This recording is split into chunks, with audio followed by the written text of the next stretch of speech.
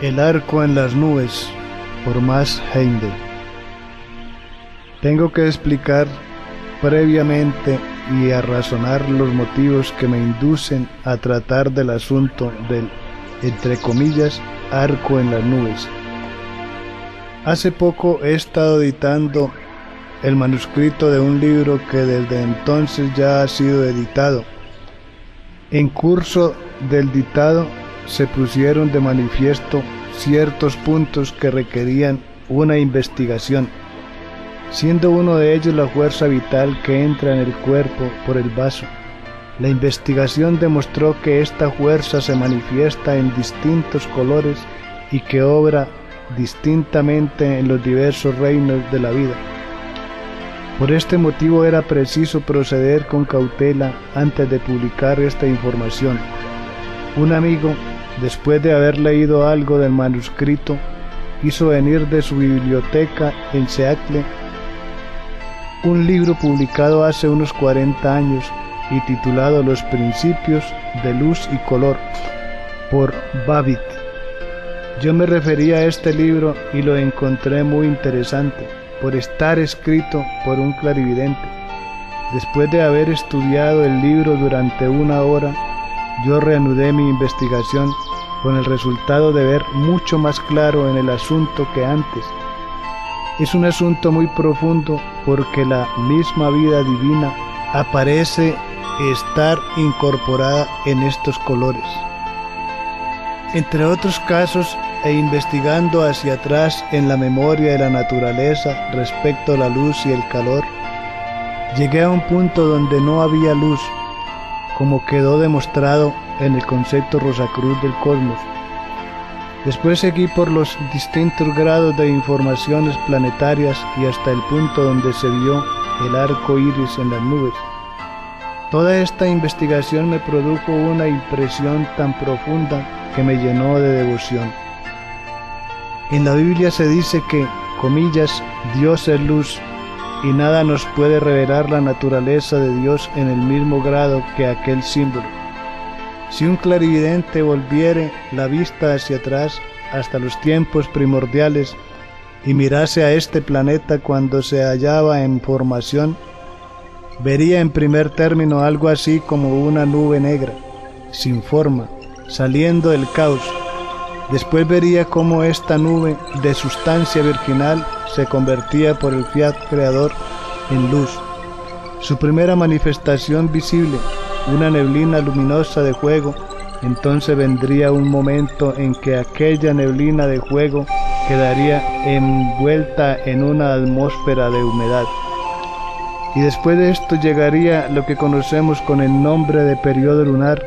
Más tarde aún se presentaría el estado más oscuro y más denso llamado periodo de la Tierra. En la época lemuriana, la primera incrustación de la Tierra empezó cuando el agua hirviente se evaporó.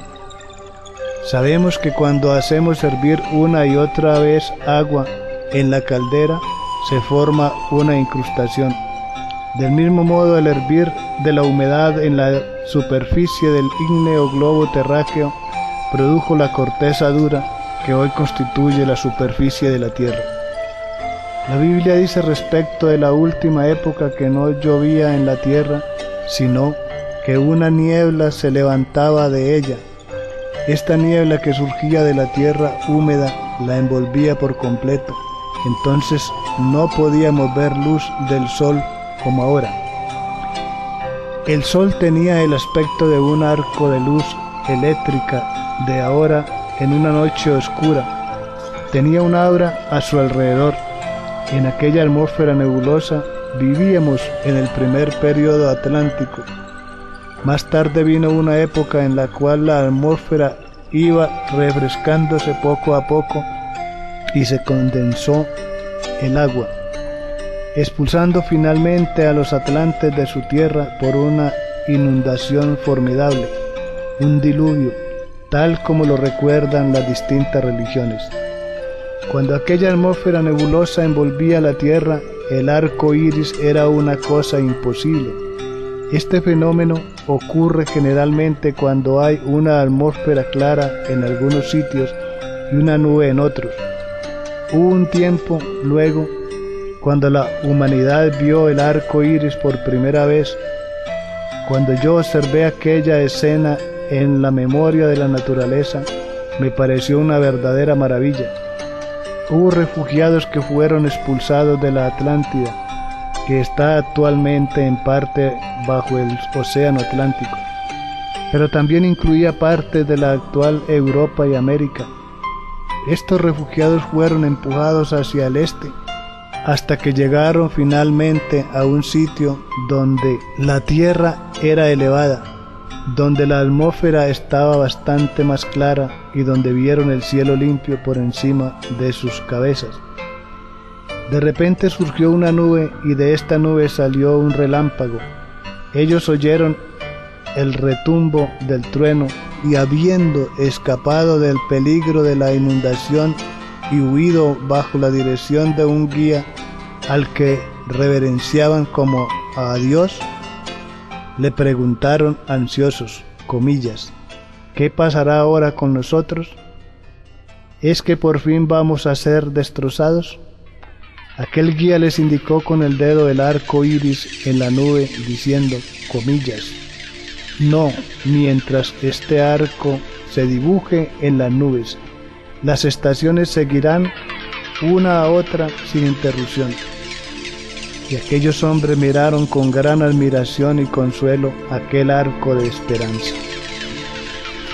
Cuando consideramos al arco iris como una de las manifestaciones de la divinidad, podemos aprender magníficas lecciones de devoción, porque a la vez que miramos los relámpagos con pavor y oímos los truenos con miedo, el arco iris en el cielo tiene que provocar siempre en el corazón humano una admiración por la belleza, por su séptuple faja de color.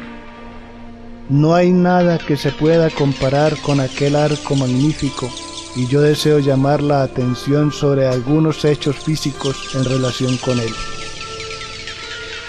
En primer lugar, el arco iris nunca aparece al mediodía, sino siempre después de que el sol ha pasado hacia abajo y atravesando más de la mitad de la distancia entre el meridiano y el horizonte, y se presenta tanto más hermoso, grande y claro cuando más cerca está el sol del horizonte. Nunca se muestra en un cielo limpio, generalmente tiene por fondo una nube oscura y vaporosa, y lo vemos siempre cuando apartamos la vista del sol. No podemos estar mirando hacia el sol y ver el arco iris al mismo tiempo.